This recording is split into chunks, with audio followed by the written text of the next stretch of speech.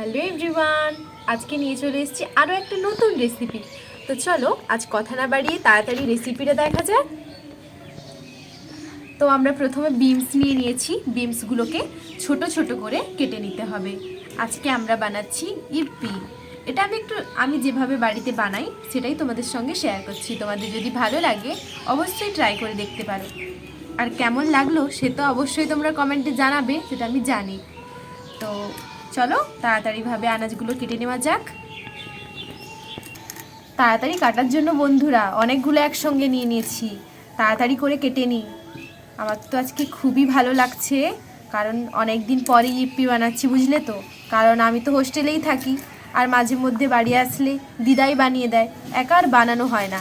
একা বানানোর মজাটাই আলাদা, যেহেতু আমরা ইপ্পি ম্যাগি এগুলো ভালোই বাসি রান্না করতে, এবং খেতেও খুব ভালোবাসি। তো তোমরা কারা কারা ভালোবাসো?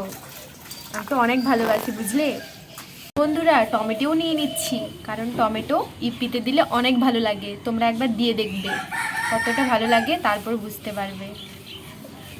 আচ্ছা বন্ধুরা, তোমরা কি চাও আমি টমেটো চাটনি করে দেখাই, যেটা ওই কাজু দিয়ে, কিশমিশ দিয়ে, খেজুর দিয়ে করা হয়? তাহলে অবশ্যই কমেন্ট করো, একদিন দেখাবো কিন্তু তোমাদের।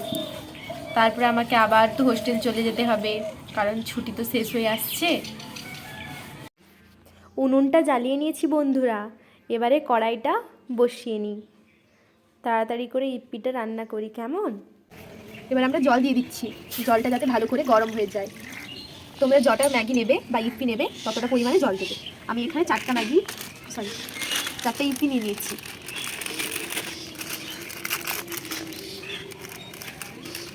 জলটা গরম হওয়ার আগে আমি এরকম একটু বের করে নিচ্ছি।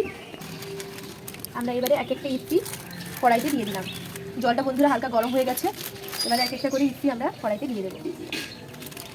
এবারে ইপ্পিটাকে এক পিঠ নেড়ে নেব, ভালো করে সিদ্ধ হয়ে গেছে, তোমরা দেখে নিশ্চয়ই বুঝতে পারছো।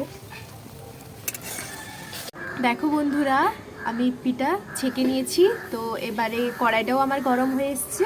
চলো এবারে কড়াইতে তেল দিয়ে দিয়েছি।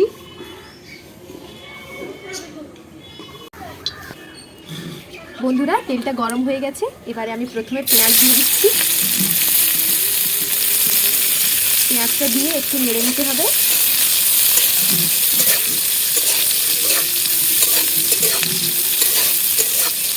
তারপর একে একে সব সবজিগুলো দিয়ে দিতে হবে। বিনস দিয়ে দিলাম, তারপরে আরেকটু নেড়ে নিলাম।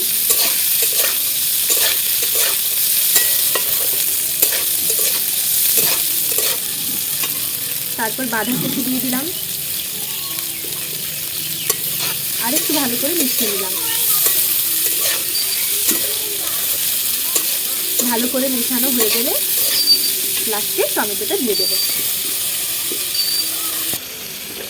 এবারে পরিমাণ মতো লবণ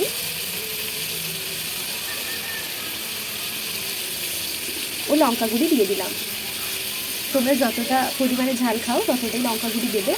এখানে তোমরা কাঁচা লঙ্কাও ইউজ করতে পারো, আমার কাছে কাঁচা লঙ্কাটা নেই তাই আমি শুকনো লঙ্কা গুঁড়ি দিয়ে দিলাম। তারপরে ভালো করে একটু নেড়ে নিতে হবে, একটু ভালো করে ভাজতে হবে।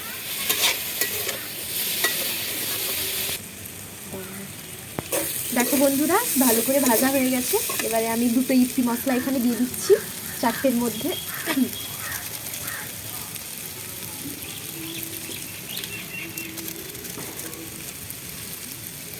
তারপরে একটু ভালো করে নেড়ে নিতে হবে।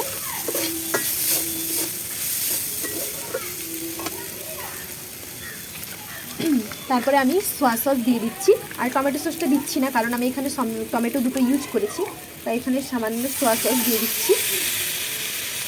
তোমরা চাইলে টমেটো সসটাও দিতে পারো, আমি দিচ্ছি না কারণ টমেটোটা দিয়েছি তার জন্য। তারপরে একটু ভালো করে নেড়ে সামান্য পরিমাণে একটু জল দিয়ে দেব।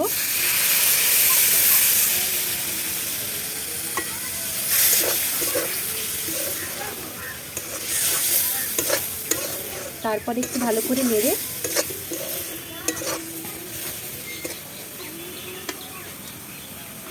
ইপ্পিগুলো দিয়ে দেব।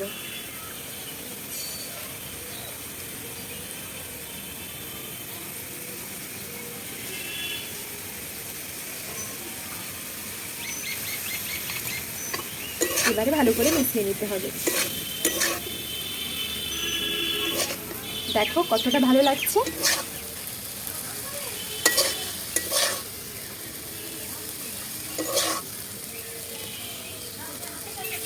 তারপর ইপি মশলা দিয়ে নামিয়ে নিলেই রেডি ইপি। তো চলো ভালো করে আরেকবার মাখিয়ে নিই। মশলাটা ভালো করে মাখিয়ে নিতে হবে। দেখো কত দারুণ লাগছে দেখতে।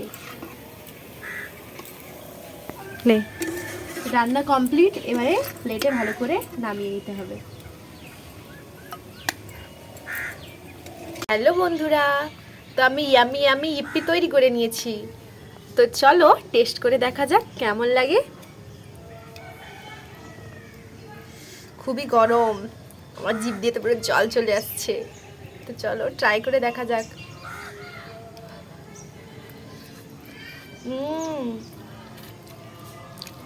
অপূর্ব, জাস্ট অসাধারণ, খুব ভালো হয়েছে। অনেকদিন পরে নিজে বানিয়েছি বন্ধুরা। বন্ধুরা তোমরাও কিন্তু এইভাবে বানিয়ে দেখতে পারো, খুব খুব ভালো লাগবে, খুব ইয়াম্মি, অসাধারণ। আমার তো পুরো মনটা ভরে গেল। তোমরাও কিন্তু তৈরি করে নিতে পারো বাড়িতে। ঠিক আছে, আজকের ভিডিওটা এই পর্যন্ত। দেখা হচ্ছে আবার নতুন কোনো রান্নার ভিডিওতে। ভালো থেকো, সুস্থ থেকো, আর আমার চ্যানেলটা সাবস্ক্রাইব করে দিও। ওকে, বাই।